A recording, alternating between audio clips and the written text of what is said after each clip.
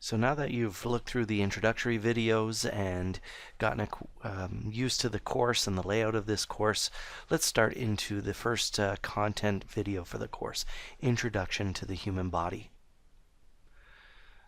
So as we go through these slides, you'll notice that the slides have the learning outcomes posted at the top of them.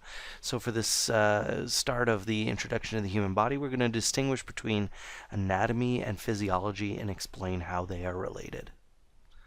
We'll start with this image of the human body, showing a number of muscles and so on. You don't need to remember the names at this point of all these muscles, but this is the idea of anatomy.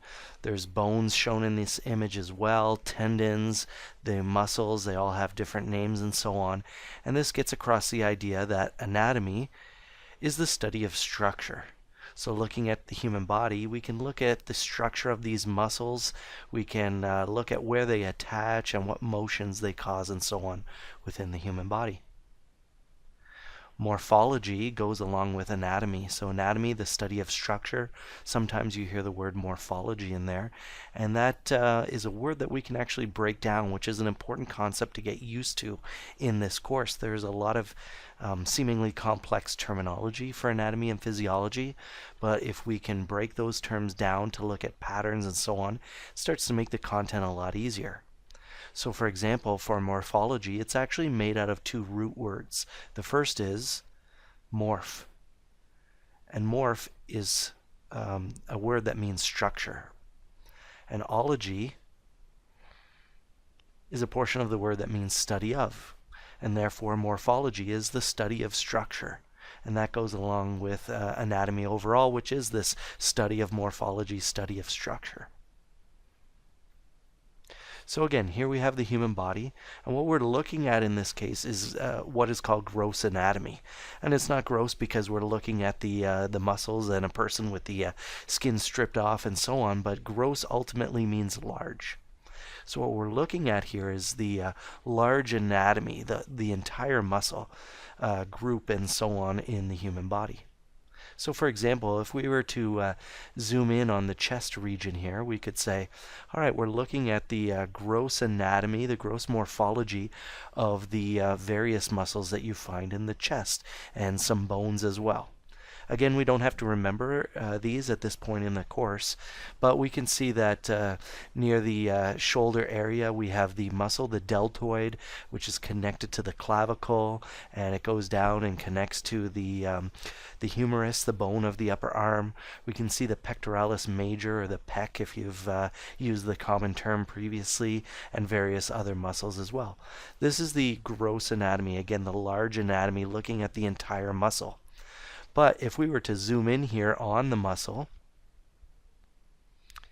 we get down to a point where we'd actually be looking at the cells of the muscle, and therefore we'd be looking at what we call microscopic anatomy.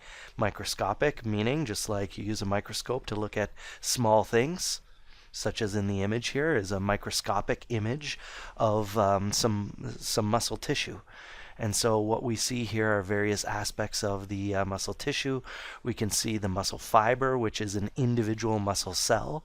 And so in our image here, there's many muscle fibers or many muscle cells.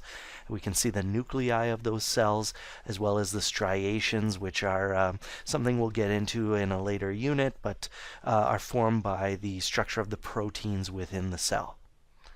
These kind of images are a challenge to look at, and we're not going to look at too many of them in this course, but often what we come across in the textbooks and whatnot and in these slides are images that take these kinds of cells and so on and tissues and whatnot, and we look at the microscopic anatomy, but we look at it in a drawing, a cartoon image.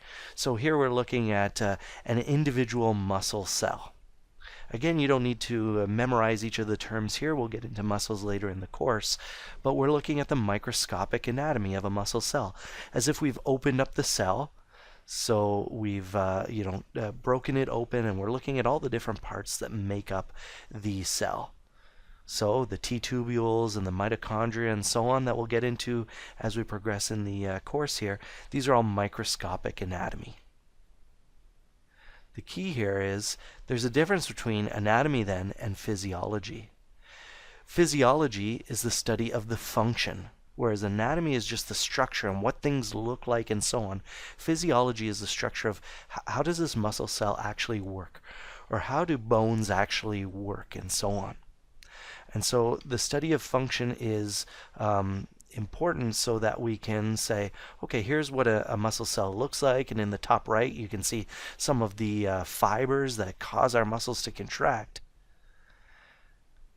But if we look a little more in depth, we can actually look at the function. And again, you don't have to memorize these steps, but we can look at all the proteins involved inside the muscle cell and say, here we've listed out the steps of what has to happen in order for the muscle cell to actually contract. So we spend some time here looking at both anatomy and physiology because overall anatomy and physiology are closely related. Sometimes a saying that you hear in anatomy physiology is that structure dictates function.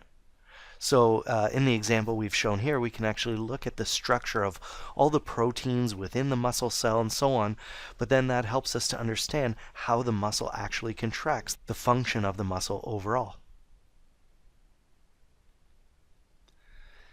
Another important word that we should look at here is the term pathology. So pathology ultimately is the study of disease. And so, for example, we can look at this image here of healthy muscle tissue. So a microscopic image of a cross-section of a muscle.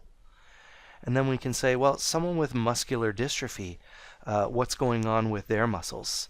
And we can take a look at a cross-section of a muscle from somebody who has muscular dystrophy and say, hey, there's an anatomical structure difference between these two muscles that's clearly visible here in the slide, and then we can relate that again to the function or the dysfunction that is occurring in somebody who has muscular dystrophy.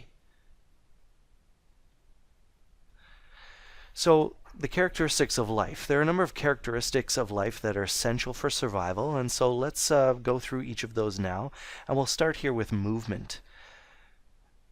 There's a couple types of movement, and so the first that we'll look at is external movement, something that we're fairly used to. For example, I go for a run and I'm moving all my muscles and causing me to run down the street or walk down the street and so on. These are external movements. Or I pick up my coffee in the morning and I'm flexing my arm. This is an external movement. However, we also have internal movements in our body.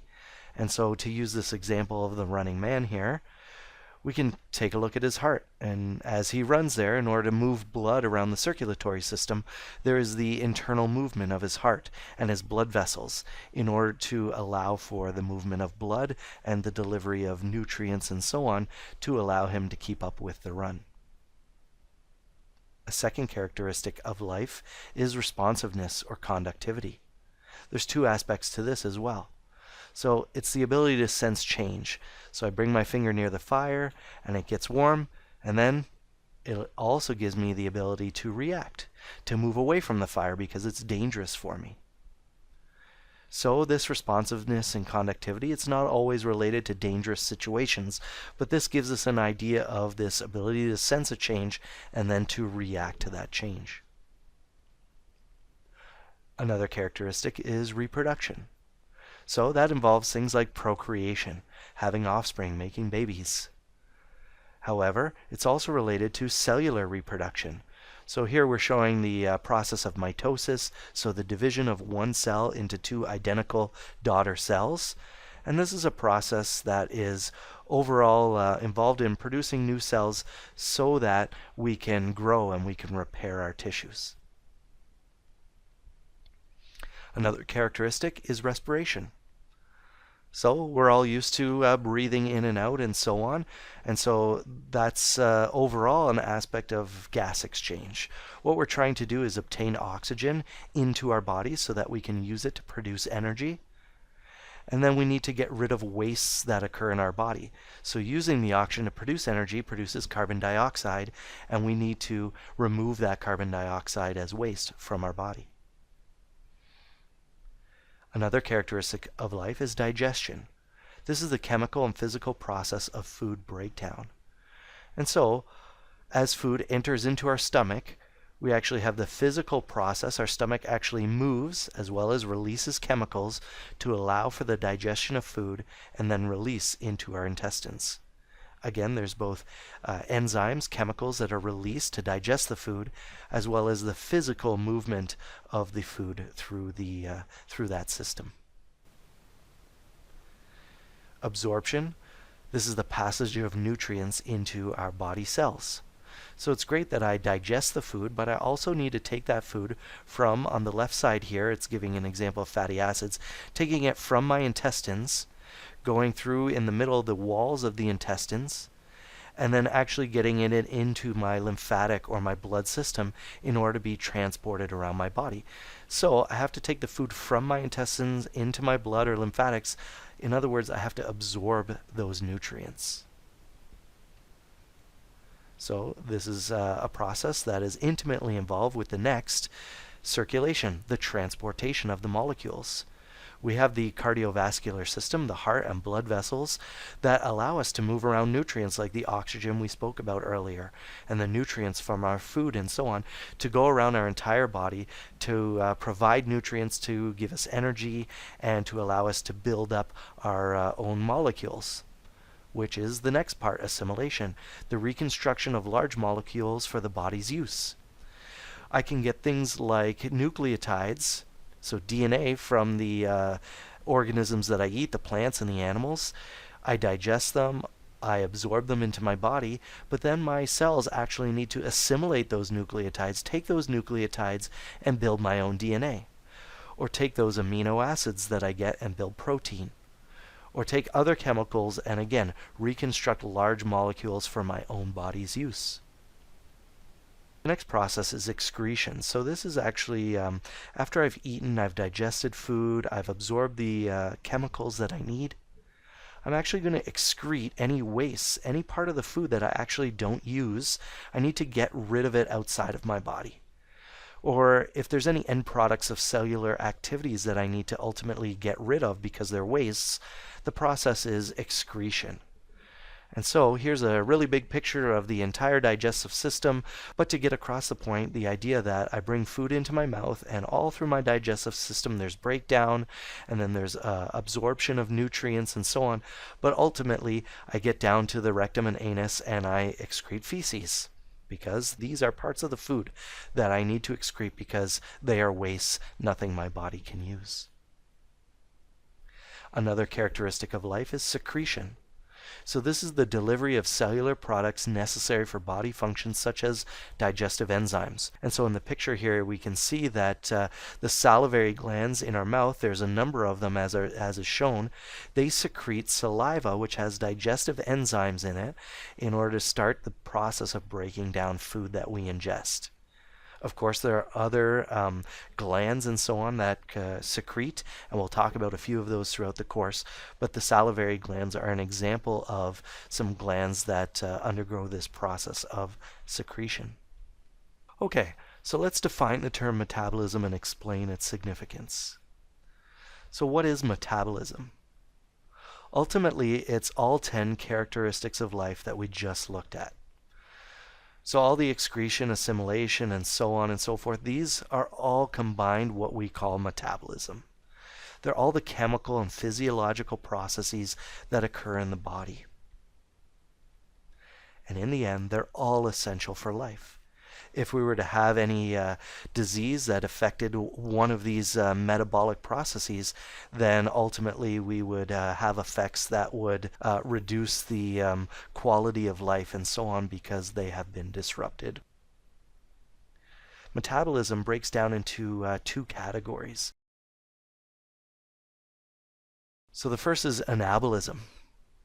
So these are any of the chemical reactions that occur in the body that build up larger molecules from smaller ones. So again, we have the digestive process where we actually take in molecules from the outside of our body, and was shown here, we actually build up larger molecules through the assimilation process that we looked at earlier, and overall we call this aspect of metabolism anabolism. And catabolism then is the opposite of that. Larger molecules are broken down into smaller ones. So this would be an aspect of the digestive system that we looked at before. I might eat a complex molecule.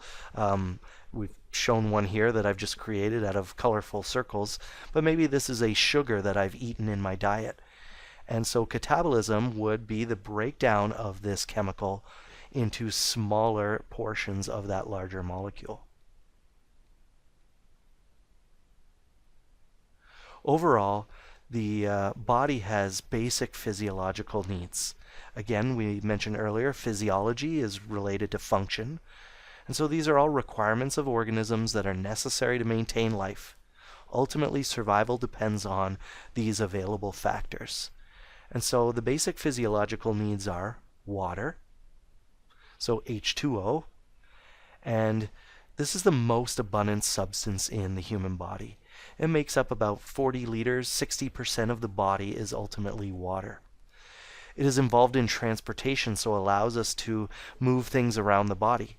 We mentioned the cardiovascular system earlier on. Most of our blood is actually made up of water. And so we can transport items around our body using the circulatory system because of it having a lot of water in it and water being able to transport different chemicals. Furthermore, water also provides lubrication. So later on when we get to joints of the body, so joints, connections between bones, we'll see that there's a lot of lubrication there to allow the bones not to rub up against each other and cause damage. And so ultimately water is the main component of those lubrications that allow for that lack of damage. Finally, the regulation of body temperature. We all sweat in order to cool ourselves down. Sweat is, again, mostly water, and so it has a very important role to play in terms of regulating our body temperature. Another basic physiological need is food. Nutrients that we get through the digestive process, absorption process, and assimilation process are nutrients that provide for our needs in our body. They provide us energy. They're the building blocks for larger molecules, as we mentioned earlier on. And the chemicals that come from our food allow for the regulation and production of chemical reactions in our body. Another basic physiological need is oxygen. Ultimately, room air is about 21% oxygen, and oxygen is a requirement to produce energy, which in our bodies is in the form of ATP, and we're going to look at that later on in the course. But without oxygen, we would not be able to produce enough ATP, and eventually that would be a major issue for us. So ultimately, oxygen plus nutrients, so through sugars and so on that we get from our diet, we can produce energy. Another basic physiological need is temperature. Temperature is a measurement of heat, and the amount of heat affects the rate of metabolism. And so, as is shown here, our ideal body temperature in Fahrenheit is 98.6 degrees Fahrenheit. And if we go off of that at all, ultimately we're going to affect our metabolism.